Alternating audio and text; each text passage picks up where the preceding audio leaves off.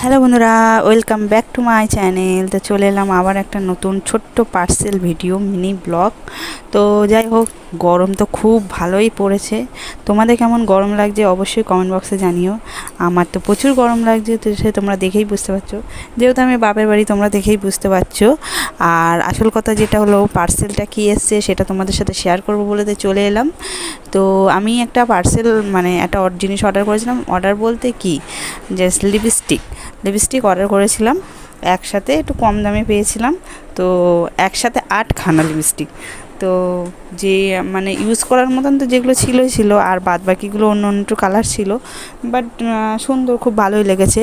আর এই দেখো, আমার দুটো বাচ্চা দুটোই কেমন দুষ্টুমি করছে দেখো।